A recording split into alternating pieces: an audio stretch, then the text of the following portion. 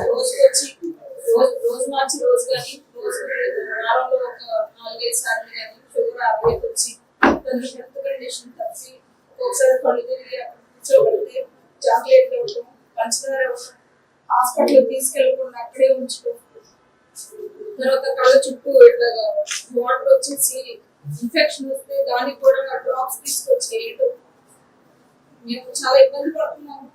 చేసి ఉంటే ఫస్ట్ నుంచి నేను చెప్తున్నది ఏంటంటే మేము ఒక నేరం చేసుంటే అరెస్ట్ చేయండి, ఆ నేరాన్ని నిరూపించండి. నేరం లేకుండా అక్కడ కేసులు పెట్టి నా భర్తలు మీరు ఇబ్బంది పెట్టడం అది ఎప్పుడైనా మీకు ఉసురని నేను 25 రోజుల నుంచి చెప్తూనే ఉన్నాను.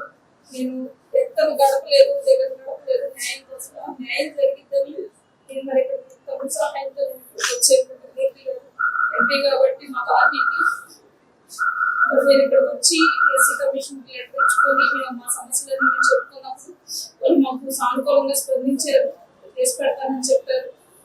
మాకు న్యాయం జరుగుతుందని మేము ఇక్కడికి వచ్చాం.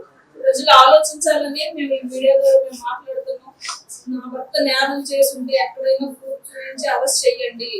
ఒకవేళ చెయ్యకపోతే దానికి పరిహారంగా మేము మా ప్రతీకారాలు మేము తీర్చుకుంటామని చెప్పట్లేదు కానీ ఖచ్చితంగా మా వైపు భగవంతుడు ఉన్నాడు, మాకు న్యాయం జరిగింది.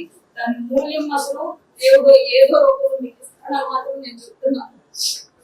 నిన్న కాక మొన్న లడ్డు వివాదం తీసుకొచ్చి ఇవన్నీ పేద ప్రజలు ఇబ్బంది పెడుతూ ఫ్లడ్ ను ఒక దారి మళ్ళీ ఇచ్చారు, గొడవేరు ఒక దారి మళ్ళీ ఇచ్చారు, పడవలను ఒక దారి మళ్ళీ ఇచ్చారు. మేము నోటుకు వచ్చినట్టుగా నీకు 15 ఏళ్ళు నీకు 15 ఏళ్ళ మీ నోటుకు వచ్చినట్టుగా ఇష్టానుసారంగా హామీలు ఇచ్చి ఒకటే అడుగుతున్నా, జగనన్నకి సాధ్యమైన హామీలు మీకు ఎందుకు సాధ్యం కాలేదు? జగన్మోహన్ రెడ్డి గారు చేసిన పాలన మేము కూడా చేస్తామని మీరు కాపీ కొట్టి మీరు జగన్మోహన్ రెడ్డి గారు పాలించినట్టే మేము పరిపాలిస్తాం, అంతకన్నా ఎక్కువగా పాలిస్తామని మీరు ప్రజల్లోకి వెళ్ళి హామీలు ఇచ్చి మీరు నెరవేర్చకుండా ఎక్కడ మేము గొంతులు ఎత్తి మాట్లాడతామో గట్టిగా ఎక్కడ మాట్లాడతామని మా గొంతు నొక్కే కార్యక్రమంలో మీరు మమ్మల్ని ఇబ్బంది పెడుతున్నారు. అదే క్రమంలో ఒక దైవ భక్తిని కూడా మీరు వాడుతున్నారు. ఒక మనిషికి మనసుకి ఆత్మకి సంబంధించిన విధి అది. జగన్మోహన్ రెడ్డి గారు 4 గోడల మధ్య నేను బైబిల్ చదువుకుంటాను, లేకపోతే నేను బయటకు వచ్చి నేను ఇవన్నీ చేస్తానంటే నిన్న ప్రెస్ మీట్ పెట్టి ఇదే కోర్టు ప్రభుత్వం ఎలా మాట్లాడుతున్నారు?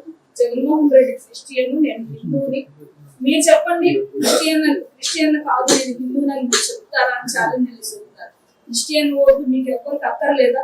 ఆ రోజు మీరు బయటకు వచ్చినప్పుడు చెప్పొచ్చు కదా, క్రిస్టియన్ ఓట్లు మాకు అక్కర్లేదు, ఓన్లీ హిందువులు వేస్తే మేము గెలుస్తాము, క్రిస్టియన్స్ వద్దు, ముస్లింస్ వద్దు, ఎవరొద్దు, ఓన్లీ హిందువులు వేస్తే మేము గెలుస్తామని.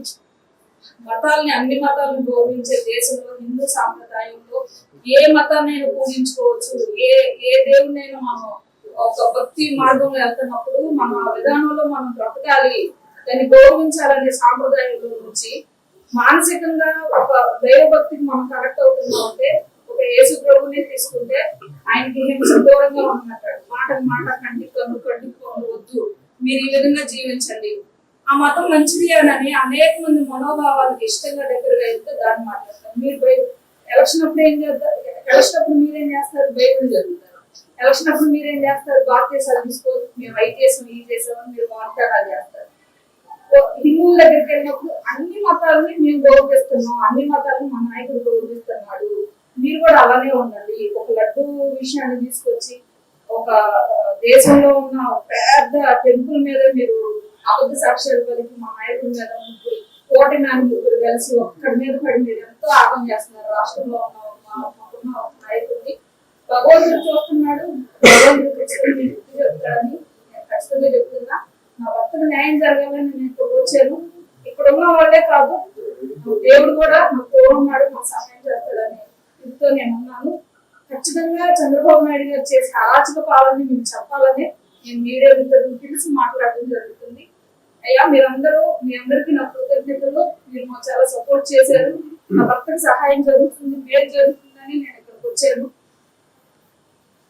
అంతవరకే నేను చెప్పగలను. మాకు ఏమీ తెలియదు, మేము ఎప్పుడు స్టేషన్లకి కోర్టుల చుట్టూ మేము తిరగలేదు, మరి మాకు ఈ రాజకీయ భవిష్యత్తు వచ్చిందని కూడా మేము అనుకోలేదు. నా భర్త ఇట్లాగే ఈ రాజధానిలో పోరాటాలు చేస్తున్నప్పుడు నిజంగా నా దళితుల భూముల మీద ఆయన పోరాటం చేస్తున్నప్పుడు మా మీద పెట్టిన ఒక అక్రమ కేసుకి జగన్మోహన్ రెడ్డి గారు మమ్మల్ని ఆదరించి ఆయన దగ్గర పెట్టుకొని అందనంత ఎత్తులో ఈ పదవి నుంచి ఇక్కడ కూర్చోబెట్టి మళ్ళా ఓడిపోగానే సేమ్ అదే స్థితికి మీరు మమ్మల్ని తీసుకొచ్చారు. కాబట్టి ప్రజలు చూస్తున్నారు, దేవుడు చూస్తున్నాడు. నేను అందరిలాగా మీరు మా టైం వస్తుంది మేము మిమ్మల్ని దెబ్బ కొడతామని చెప్పట్లేదు.